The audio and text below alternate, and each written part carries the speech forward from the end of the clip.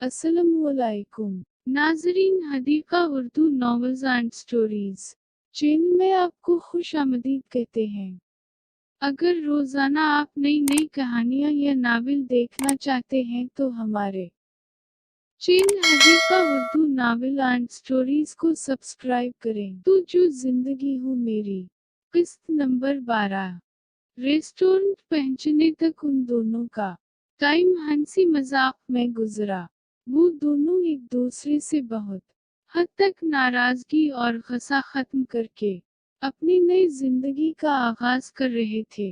Restaurant पहुंचकर हसनीन ने गाड़ी रोकी और माहरूख की साइड का दरवाजा खोलकर इसे हाथ देकर नीचे उतरने में मदद की। वो उसका हाथ वापस जाकर पहले से थामे रेस्टोरेंट के अंदर दाखिल उनसे मुआफी मांगना चाहता हूँ। हसनीन ने अपनी आंखों को उसकी जानिब बढ़ाया। नहीं, आप कर दे आर्डर।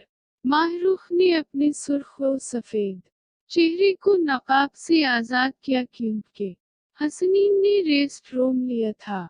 कुछ टाइम के लिए इसे मालूम था माहरूख कंफर्टेबल नहीं रहेगी। इतने लोगों के सामने हसनीन ने फिर खुद ही दोनों के लिए खाना ऑर्डर किया। कुछ टाइम बाद वो खाने की प्लेट लिए कमरे में दाखिल हुआ। माहरूख हटकर टेबल के सामने आकर बैठी। हसनीन ने इसके लिए अपने साथ वाली चेयर आगे की, वो भी बगैर किसी झिझकते हुए उसके साथ आकर बैठी। हसनीन ने पहले इसे खाना खिलाना चाहा। माहरूख को शर्म आ रही थी। हसनीन के हाथों से खाने में खा लो। जब बहुत देर तक वो इसके मुंह के सामने खाने का चम्मच बढ़ाए रखा तो हसनीन ने इसे मुतुजा किया, लेकिन वो फिर भी सर झुकाए बैठी रही। खा लो यार, मुझे भी भूख लगी है। माहरूख ने मुंह ना खोला तो उसने इसे तनबिया की। माहरूख ने आहिस्ता से मुंह खोला और हसनीन ने इसे खाना खिलाना शुरू किया। अब भी खा ले, मैं खुद खा लेती हूँ। जब माहरूख ने देखा कि हसनीन सिर्फ इसे ही खिलाए जा रहा है, खुद नहीं खा रहा, तो उसने धीमे लहजे में कहा, मैं खा लूंगा, पहले तुम खा लो। हसनीन ने इसे मोहब्बत पाश नजरों से देखते हुए कहा और माहरूख भी चुप हो गई। दोनों ने खाना खत्म किया। हसनीन नेट खड़ा हुआ चली। वो उससे मुखातब हुआ जो अपना हिजाब ठीक कर रही थी। जी, उसने आहिस्ता से किसी बच्चे की तरह सर हिलाकर जवाब दिया। हसनीन की माहरूख की उस हरकत पर हंसी छूट गई। वो इसे लिए रेस्टोरेंट से बाहर आया, फिर फ्रंट सीट का डोर खोलकर माहरूख को बैठाया और खुद आकर ड्राइविंग सीट पर बैठा। अब कहाँ चलना है? वो चाहता था माहरूख उसके साथ बहुत सी बातें करे क्योंकि अभी तक तो इसने माहरूख को इतना बोलते हुए नहीं देखा था। उसने कहा, मुझे नहीं मालूम, मैं फर्स्ट टाइम आई हूँ, आपको ही पता होगा। वो मासूमियत से अपने शहदरंग आंखों से इसे देखते हुए कहने लगी, माही एक बात पूछूं आपसे। वो कुछ देर खामोशी के बाद मुखातब हुआ। जी पूछी। वो इसे सवालिया नजरों से देखने लगी। आप घर में भी इतना ही कम बोलती थी। वो आंखों में ले इसे देखने लगा। जी हाँ शायद, लेकिन मैं आपसे किया बातें करूं, मुझे समझ में नहीं आता। उसने तहमल से जवाब दिया, लेकिन आज सुबह में तो वो आप ठीक थी, फिर अब उस खून में क्यों समट गई है। वो इसे सवालिया नजरों से देखने लगा। नहीं, ऐसी बात नहीं, उसने बात को खत्म करते हुए कहा, अच्छा चलिए उतरें। गाड़ी से। हसनीन ने गाड़ी रोकी और इसे गाड़ी से बाहर आने का कहा।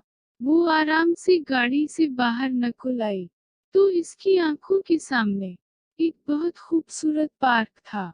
हसनीन उसके चेहरे पर खुशी और आंखों में चमक देखकर समझ गया था माहरूख पार्क आखिर खुश हुई है। वो उसका हाथ अपने हाथों में लिए पार्क के अंदर दाखिल हुआ। शाम का टाइम था कि इतने लोग तो नहीं थे, लेकिन कुछ फैमिलीज अपने बच्चों को ले घुमाने के लिए आई हुई थी। हसनीन इसीलिए एक बेंच पर अकेले बैठा। हसनीन वो बच्ची कितनी प्यारी है ना। माहरूख ने बच्चों की तरह उसका हाथ हिलाकर इसे अपनी जानिब मुतवज्जा किया। वो उसकी उस बेसाख्ता हरकत पर मुस्कुरा दिया। हाँ प्यारी तो है। उसने भी माहरूख की हाँ मैं हाँ मलाई हसनीन मैं उस बच्ची को उठाना चाहती हूँ। माहरूख ने इसे इल्तिजा भरे लहजे में कहा। वो बच्ची भी अपने नीली बड़ी बड़ी आंखों से कब से माहरूख को घूर रही थी, क्योंकि उस पार्क में माहरूख सबसे चेंज लग रही थी। खुद को अबाया में छपाए आंखों में चमक लिए माहरूख को देख रही थी।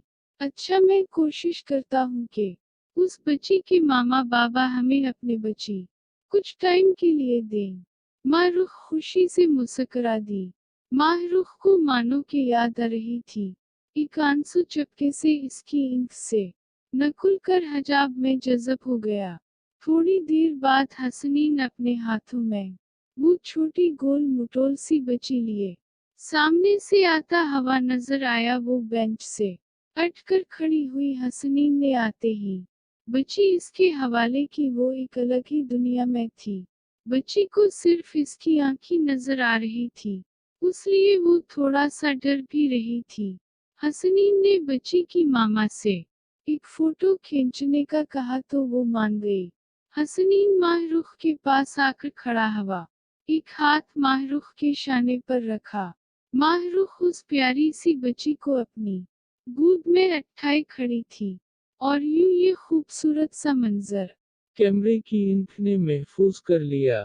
आप दोनों बहुत प्यारे हैं। अल्लाह ने चाहा तो आपको भी ऐसी ही प्यारी सी बेटी पैदा होगी। बच्ची की माँ जब उन दोनों से बच्ची लेकर जाने लगी तो उन्हें दा भी देकर गई, जिस पर हसनीन ने धीमे से आमीन कहा। कुछ टाइम उस बच्ची के साथ गुजारा उन लोगों ने और होटल के लिए रवाना हुए। बहुत थक गई हूँ मैं, माहरूख ने गाड़ी की सीट से अपना सर टिकाते हुए कहा। हाँ बस अब होटल पहुंचने वाले हैं, आप वहां जाकर आराम से सो जाना। हसनीन ने इसे थका हुआ देखा तो कहा। थक तो वो खुद भी गया था, लेकिन माहरूख की थकन इसे ज्यादा महसूस हो रही थी। वो लोग होटल पहुंचे तो आते साथ ही अपने रूम में फ्रेश होकर सो गए। हसनीन कल हम वापस घर चलेंगे ना। माहरूख को ना जाने अचानक से क्यों ये सवाल दिमाग में आया। हम जी हाँ कल घर चलेंगे। हसनीन ने अपनी आंखें खोलकर इसे देखा जो इसे देख रही थी। ओके ठीक है, वो हल्का सा मुस्कुराया, वर फिर अपनी आंखें बंद करके सोने लगी। जमा के दिन हसनीन की आंख जल्दी खल गई थी। वो उठ बैठा, इसे लगा माहरूख भी जाग गई होगी, लेकिन माहरूख तो अभी तक सोई हुई थी। वो इसे देखने लगा, फिर उसके बालों में हाथ फेरने लगा, लेकिन फिर इसे लगा कि माहरूख की नींद न खराब हो जाए, इसलिए वो आराम से उठा और वार्डरोब से अपने कपड़े निकालने लगा। फिर फ्रेश होने चला गया। वापस आया तो वो चलता हुआ ड्रेसिंग टेबल के सामने खड़ा होकर बालों में ब्रश फेरने लगा। वो नेवी ब्लू शर्ट पर ब्लैक जीन्स में मलबोस, खुद पर परफ्यूम छिड़क कर कमरे से बाहर चला गया। माहरूख ने आंख खोली तो इसे वो हैरानगी से हसनीन की खाली जगह को देखने लगी। फिर उठकर बेड से टेक लगा कर बैठ गई। वो अपने बालों का कल्प उठाने लगी, जब उसके हाथ में हसनीन के हाथ का लिखा हुआ लेटर आया। मैं कुछ काम से जा रहा हूँ, 1-2 घंटे में वापस आ जाऊंगा, तब तक आप अपना ख्याल रखिएगा। ब्रेकफास्ट आपका मैंने सामने टेबल पर रख दिया था। मुझे मालूम है आप ज्यादा देर तक नहीं सोती, इसलिए खाना खा लेना। खुदा हाफिज। हसनीन शाह। वो उसका लिखा हुआ नाम अपने हाथ से छूने लगी, फिर हल्का सा मुस्कुरा कर बालों का जोड़ा करते हुए फ्रेश होने चली गई। अहमद हाउस में ईद का समा था। सबके चेहरे खुशी से दमक रहे। اب بھی جان کو یقین تھا کہ سب کچھ ٹھیک ہو چکا ہے۔ پورے شاہ ہاؤس کو سجایا جا رہا تھا۔ بی جان کے چہرے سے مسکراہٹ اچھل ہی نہیں ہو رہی تھی۔ ہنا بیچاری صبح سے ہلکان ہوئے جا رہی تھی۔ ہنا بیٹا حسن جیلانی کے گھر پر فون کر دے، احمد سے کہو۔ بی جان نے اپنا چشمہ ٹھیک کرتے ہوئے کہا، جی بی جان میں کہتی ہوں۔ ہنا نے ہاں میں جواب دیا۔ ہاں بیٹا، وہ بھی تڑپ رہے ہوں گے، کتنے دنوں سے اپنی بیٹی سے نہیں ملے۔ میں نہیں چاہتی کہ اب کچھ اور برا ہو۔ بی جان کی آنکھوں میں آنسو جمع ہونا شروع ہو گئے۔ وہ بھی تو ماں تھی اور اپنے جوان بیٹے اور بہو کی موت کا صدمے سے ٹوٹ چکی تھی۔ وہ تو بس حسنین کی خاطر انہوں نے خود کو سنبھالا ہوا تھا۔ ہنا نے پانی کا گلاس بی جان کے سامنے کیا، جسے بی جان نے کانپتے ہاتھوں سے تھام لیا۔ حسنین کی دوپہر 2 بجے واپسی ہوئی۔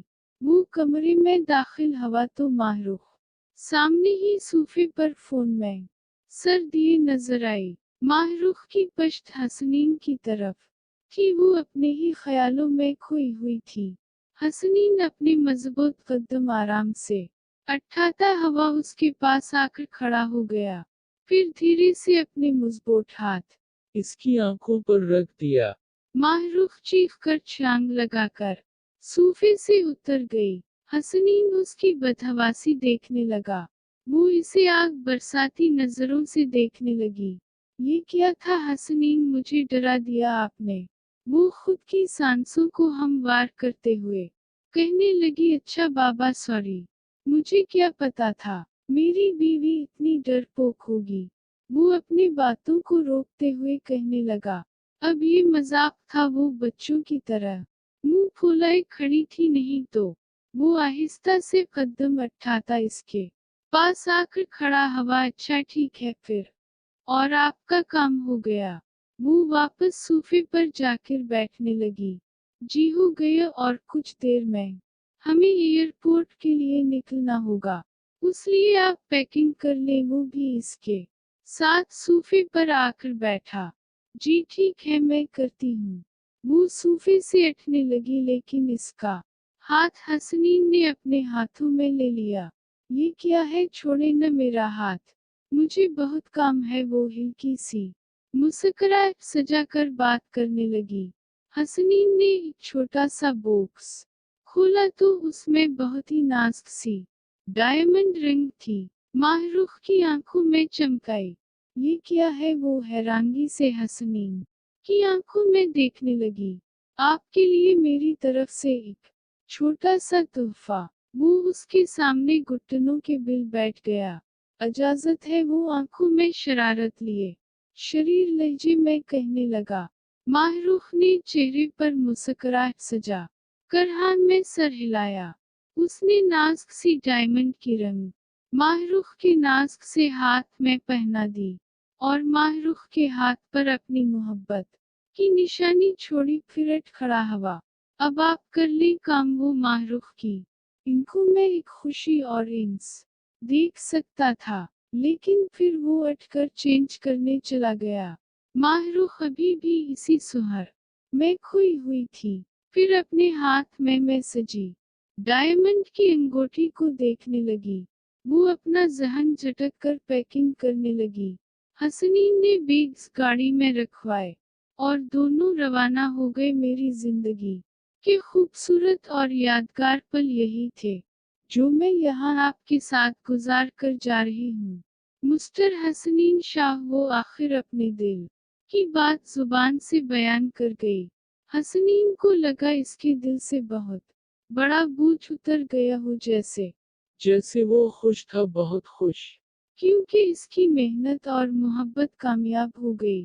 نفرت تو ماہرخ نے اس کے دل اور دماغ سے کب سے نکال دی تھی۔ انہی باتوں میں وہ ایئرپورٹ پہنچ گئے۔ حسنین گاڑی سے اتر کر بیگز وغیرہ نکلوا کے ماہرخ کو لیے ایئرپورٹ کے اندر داخل ہوا۔ کچھ دیر میں اس کی فلائٹ کا ٹائم ہوا تو وہ دونوں اپنی سیٹس پر آ کر بیٹھے۔ اس بار حسنین خود ہی اپنا ہلکا साहिसार उस पर खींच लिया था। माहरूख इसकी उस हरकत पर मुस्कुरा दी। अब तो डर नहीं लगेगा ना? हसनीन ने सवालिया नजरों से देखते हुए कहा। नहीं, ठीक हूँ मैं। वो धीमे लहजे में गुया हुई। अल्लाह जानेगी क्या होने वाला था। वो दोनों सही सलामत घर पहुंचने वाले थे भी या नहीं। Like, subscribe, press and the bell icon.